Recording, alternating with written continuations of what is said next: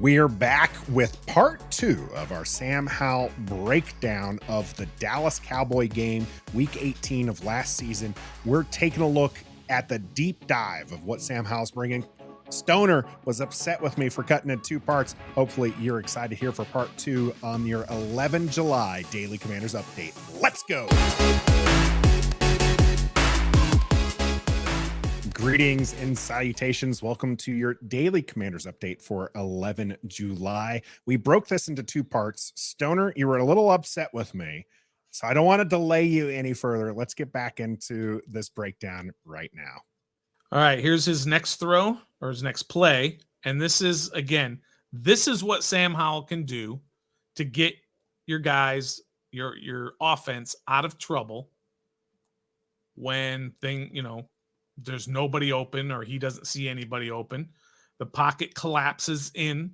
He doesn't try to run to the outside. A lot of quarterbacks like to run out. They don't like to break out into the middle because that's usually where the craziness is. And they don't like to do that. They like to run outside, but he runs right up to me. You see everybody's covered. Dotson might come open here, but look, the hat on hat there. He's not. You can see where covered. Yeah. So he says, all right, I'm going to use my legs. And he does a great job, and he outruns guys and gets all the way over for a first down. So the one player's open, and it's because Diggs here jumps the route early a little bit. So who's on the outside there? Here's Diggs. Yeah, so You're Diggs here. No. So keep moving backwards in time here. Who's the other one?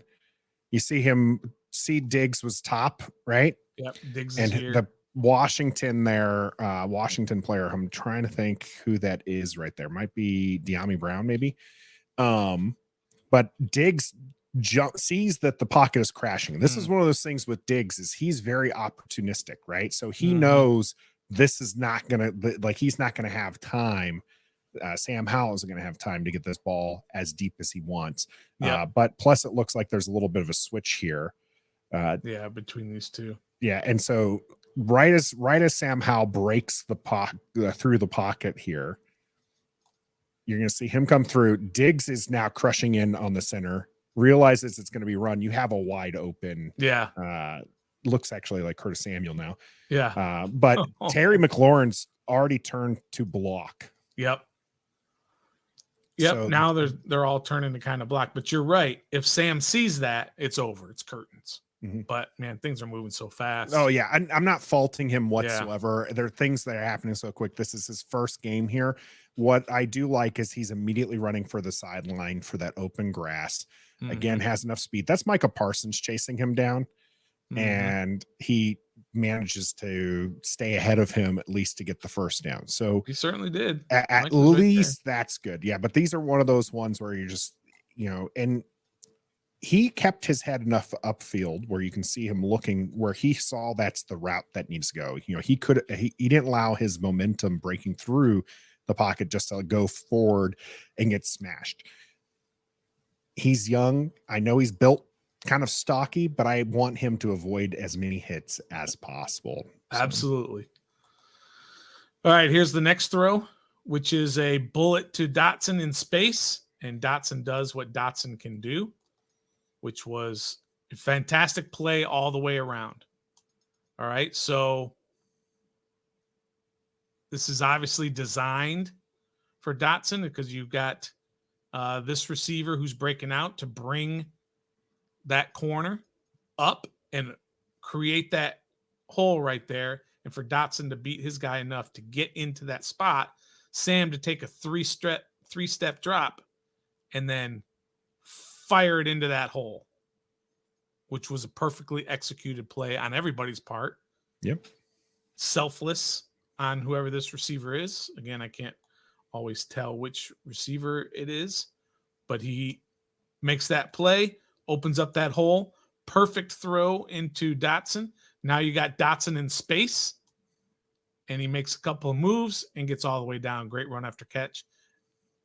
Here's another look. I think DeMarcus Lawrence might have got a little piece of it. but not enough, and Dotson does the rest. Yeah. Great That's play.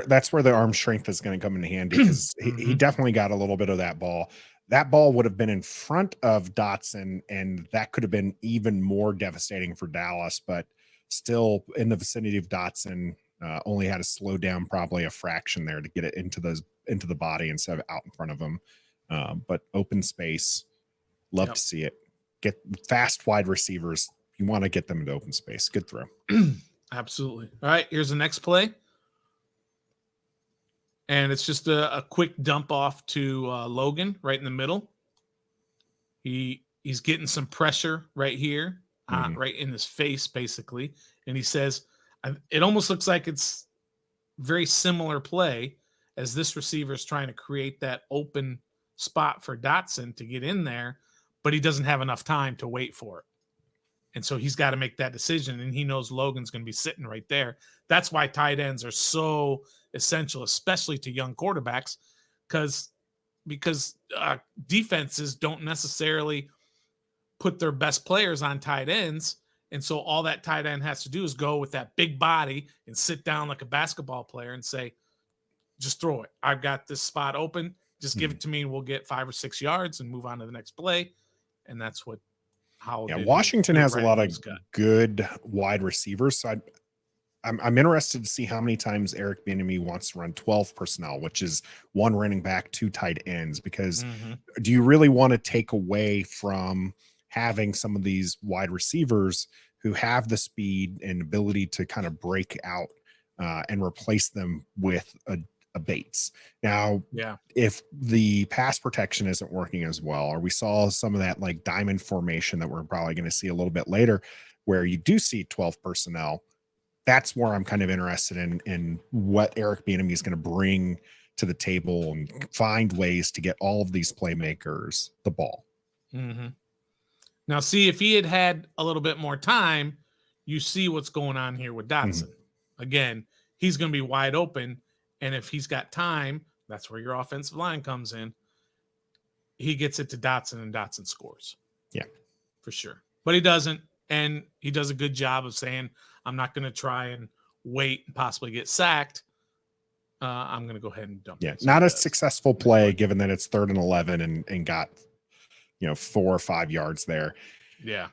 But sometimes, like you said, you just don't want to take the negative play. I mean, it's not as bad as Kirk Cousins on the 4th and 8, throwing it, at 3 yards deep. So we'll take it. All right, here's the next throw. As he goes back, turns into a run. He does another nice job of reading that the play has broken down, and instead of trying to force something, again, he's got 4 receivers on this play, and he's probably got somebody open.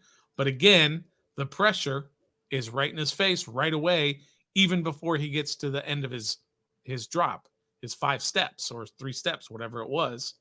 I didn't count him this time. I think he was in shotgun. It was a 3-step drop out of shotgun. And by the time he gets set, all of a sudden he's got guys all over him. And so he's got to make a decision right away. That's the Osa dude. I can't pronounce his last name. And Lawrence, of course, right behind him. Those 2 are studs. And so he says, I'm out of here.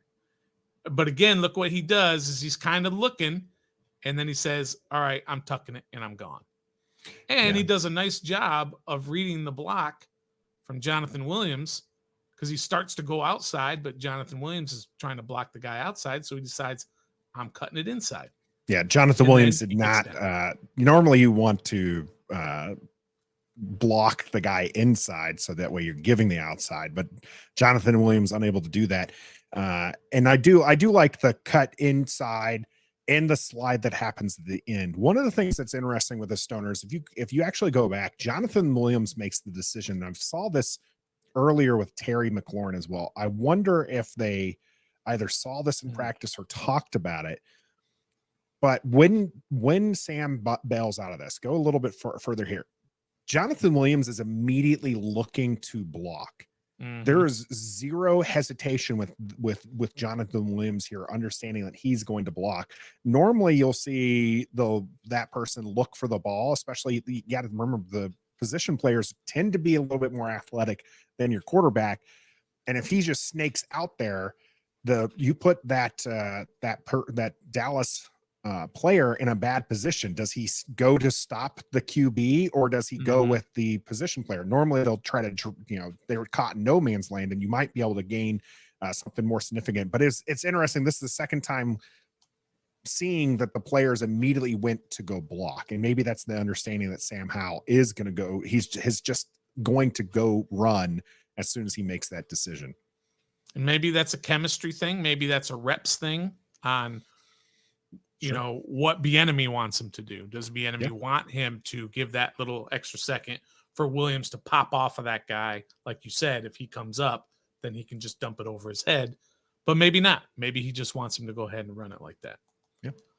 Like I said, but the fact that they've been making that decision quickly makes me think there was something practiced. So agreed. All right, here's the next play. This is a deep 5-step drop, and he dumps it off. Now this is a 3rd and 14. So the defense is playing way soft. I mean, if you look at where the corner is up here, he's a good 7 yards off of the receiver, and the safeties are lined up pretty much sitting on the first down marker. Yeah. Yeah. And so he does a nice job of saying, I'm not going to try and throw a home run. There's guys sitting there wide open. Why don't I just get it to him and let's see what happens? So he gets it to the tight end. I believe that's Logan. And then he gets it down there, and they don't get the first down, but close enough to at least give Coach Rivera, something to think about if they want to go for it or not. So that's first half. Now we're going into the second half. Here's the first play in the second half, and this is a long throw to Dotson, which is just off his fingertips. I'll be honest, probably should have caught it. But this is yeah. What? I mean, it would have been a hell of a catch if he would have if he would have caught it. But I mean, yeah, it's. But I believe this is almost the exact same play that we're going to see later, but instead of Dotson, it's going to be McLaurin. Almost the exact same play. This one's got 3 receivers. That other one had 2 receivers. But anyways, the blitz coming right up the middle. He still had protection to be able to take that deep drop, put his foot in the ground, and throw it. It was obviously one of those where they said, you're throwing it to Dotson no matter what, because obviously he's not open when he throws it. He's trying to throw him open downfield, and it was just off his fingertips for an incomplete pass.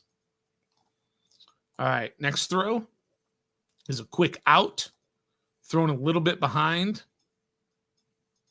Jonathan Williams, maybe. Yep, that's Jonathan 41. Williams. Just a quick out for a yard. I mean, we don't even have to talk about that one. That's just a I mean, you want that throw to be. You don't want that throw to be behind, because that's that's the DB will jump that and take it to the house. So you got to be careful with those. Yep. But outside of that, I mean. All right, here's a 3rd and 15. And it's just another dump off again to Jonathan Williams, hoping he can make a play. And of course he's unable to get the first down. I thought on this play, he gave up a little bit too early on this one, because he's got good protection. Look at that protection. Look at that wall that he's got right there. And he's got 3 receivers down there on a 3rd and 15. Sure, there's plenty of defenders. There's only 1, 2, 3, 4, 5. So there's 6 DBs we can't even see. But still, he was predetermined. He was just dumping it. Yeah, I mean, at 3rd and 15, there's not a whole lot in the playbook for that. And I hope that this is one of those things that changes, because we've already seen it several times. Remember, Washington was determined to run the ball heavily this game. They did not want to put it necessarily in Sam Howell's hands. They are up 13-6 here in the 3rd quarter. And so, I mean, you just got to imagine the scenario that gets them there, right? They try running, they don't make anything. They try running, they don't make anything. And now you're putting Sam Howell at 3rd and 15. And that's what we don't want to see this season. We don't want to see Sam Howell have to fight back from 3rd and 15. We want to get early down coverage. I think I saw Warren Sharp had posted that Washington was simultaneously the team that ran the ball most on first down, but was also the most unsuccessful. Like, so it's just one of those things that you don't want to put yourself in a deficit too early, and especially with a younger QB, because now you're putting him in a pressure situation where Dallas could have pinned their ears back instead of dropping 6 back into coverage. So my thinking on this is like, I'm okay with the dump off here because I don't want him to force the ball into coverage. Gibby, if that's Gibby instead of Jonathan Williams, maybe he's able to make a move. But you just don't want to be in a situation where you're in 3rd and 15 with a sophomore quarterback making his second to whatever start, right? All right. Yeah, that's fair enough. All right. So here is, if I'm not mistaken, this is one of those 12 personnels, I believe. We got the 2 tight ends in the backfield, 1 running back. I believe that's Patterson. You can tell by how small he is, right? 2 receivers. This is one of his best plays, even though we haven't even got to the best. What I love about this play, and I'm going to let it roll here, is ball placement. He puts his foot in the ground and he throws it to the outside shoulder for Dotson.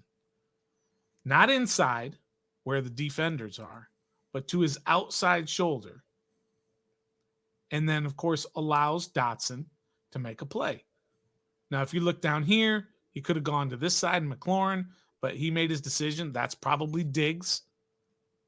Well, it's also what his progression more than likely. You know, he's his progression probably didn't start necessarily left to right here. He, especially with younger QBs or newer QBs, you kind of want to shrink the field a little bit for them, so he's not having to read the entire field because the decision making isn't quite there yet where he can do 1, 2, 3 across the field.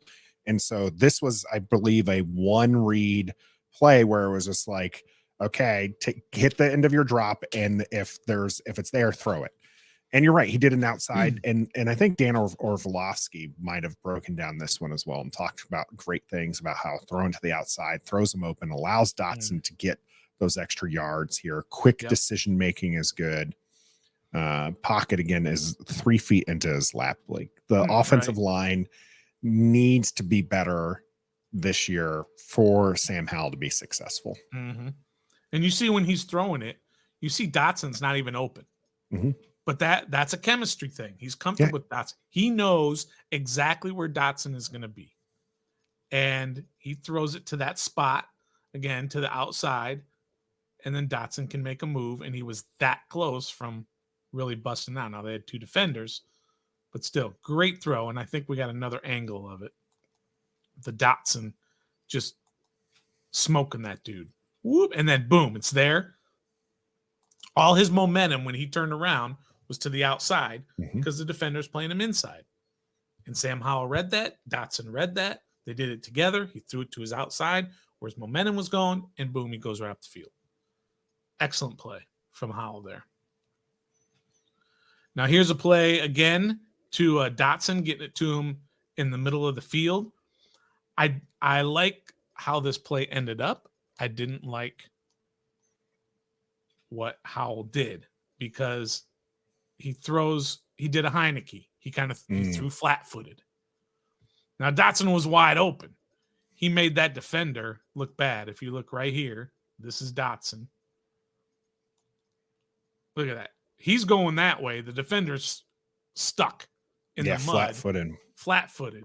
And Dotson's already going by him. So it was a good finish in that he got him the ball in that space, but he threw so flat-footed that if anyone, I mean, part of it is look at the line here. He really can't step into this throw. That's right. You do want Sam Howell. This is one of those things that, you know, we've heard from the beat reporters, we've heard from kind of the coaches, right? Like his footwork is what they're most interested in developing right now because he has a reliance on his arm and he's got a strong arm and he can just muscle the ball. But having a good base is what's going to make him more accurate, especially as his career, you know, gets defined over and over again. So you don't just rely on your arm. You have good fundamentals, and pulling a throw like this, if he's not wide open, this might be a whole different story. But we have Jahan Dotson wide open in the middle. Good gain here on 2nd and 14. Yep. Right in there, and he gets all the way down for a first down. It really is nice how it turned out. I didn't like how they got there, but that's exactly what you're saying. That's what a guy's arm talent separates you from the rest of the guys. All right, next play. There's Dotson Cook. I mean, he cooked. Who is that? That was so sad. You shouldn't even be on the team anymore. That was so bad. Tyler Coyle, a rookie safety. Okay. If he's a rookie safety on rookie, Dotson is going to win that 100 out of 100 times. So that's good. They took advantage of, the line, the lineup, how they lined up. We see teams do that to Washington all the time. We're like, why is our linebacker covering their best receiver? And we get all crazy. Well, that's good offensive coaching right there. All right, so here they are down by the end zone. It's a 1st and goal from the 9-yard line. And they got RPO. They got 2 backs in the backfield, 2 receivers left. They do the RPO. He fakes it. And the line's not going anywhere. They're not going left because they don't know what he's going to do. So he's got his pitch man out here if he wants it. And he says, nope, I see a hole right here. And I'm going for it. And he puts his foot in the ground and he goes and he makes one man miss. Then he runs through 2 other guys for a touchdown. And here's another look from this angle. See, he saw that as soon as he saw that Curtis Samuel was covered. Yeah. And that he was not, because this guy's too far. He's lost leverage way out here. He sees that hole and he's only got to beat this Damone Clark, who we've talked about a lot, getting beat a lot in this game. And he sees that hole, and Damone Clark should have had that tackle. Yeah, there's no excuse here. No, excuse. A linebacker. It was a quarterback.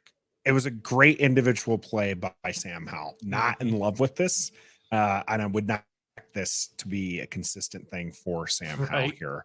But great individual effort. Damone Clark easily should have stopped him right there. Good on, looks like Bates or maybe Cole Turner's. No, that is Logan Thomas. Here, Logan. Continuing to keep that lane open.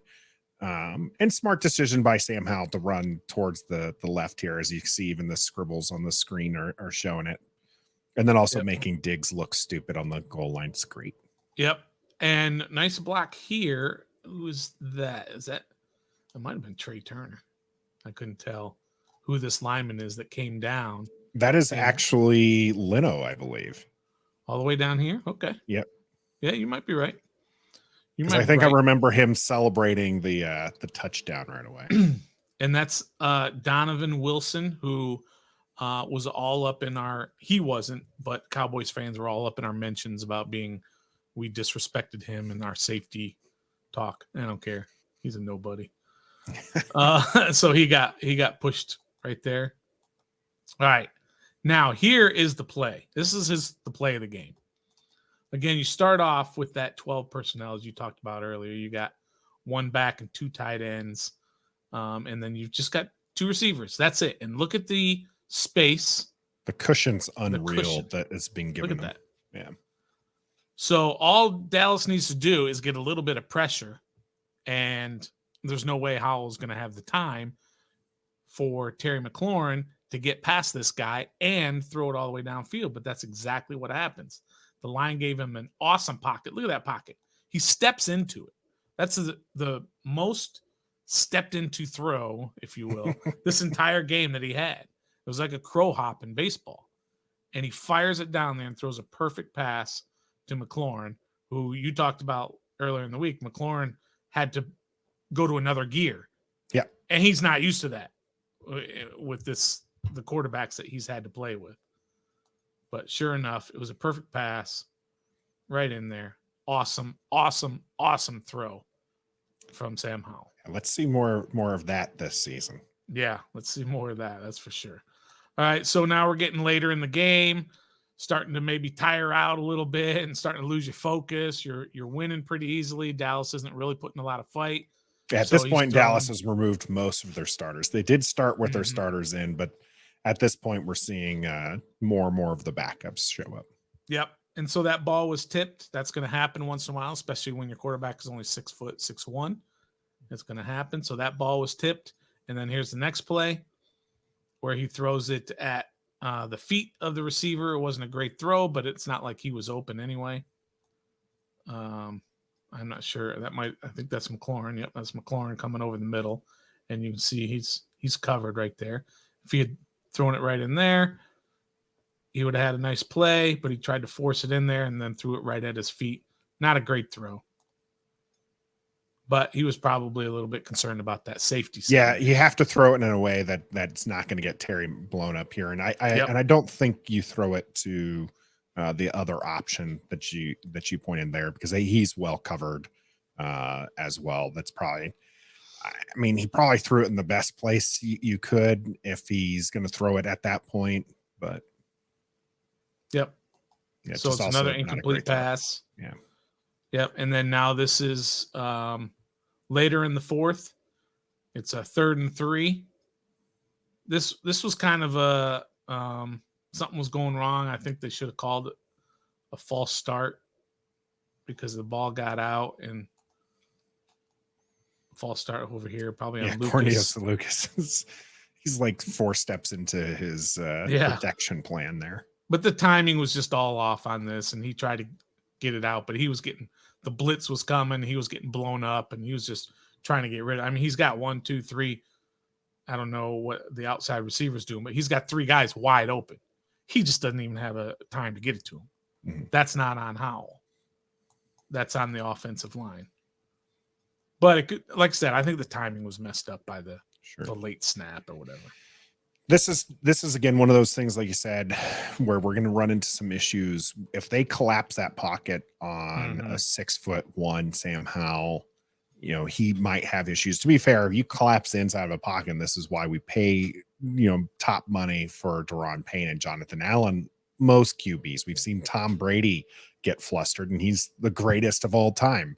So, now you take that, go from Tom Brady to Sam Howell, a little bit shorter, sophomore year, and you're going to get flustered. So we want to see some good decision making, even if you're up 23-6. And this is where I think a lot of Eric Bieniemy is going to come into play, and making sure that you're scheming the right plays for your young quarterback to be successful. That's all the throws and the runs from Sam Howell against the Cowboys. Overall, I think it was very, what's the word? And people have used it all the time, but gives you hope, right? Because you saw a lot of good things, some optimism with that. There was a few things where you're going, you can't do that, obviously. But it's not like you look at him and you say, he's not an NFL quarterback. You don't say that at all. You say he absolutely has a chance to be an NFL quarterback, and we just hope that everything that's going on with this organization, they can figure it all out. The new coordinator, with the sale of the team and all that stuff, they can just figure it out and then get this offense going with Sam Howell. And maybe he's the quarterback of the future. We'll see. I saw a lot of good things on the film against the Cowboys. Yeah, most of the bad things I saw were on the line. So maybe it's a good thing you have 4 new players in different positions this season for Washington. Let us know what you think of our breakdown for today's Daily Commanders update on the 10th. Make sure you hit that like button, subscribe to the channel. We are live on Wednesdays at 7:30, and we look forward to seeing you there. Of course, we'll be here 7:30 every day during the weekdays to bring you your content here on the Washington Commanders. But until next time, be a fan.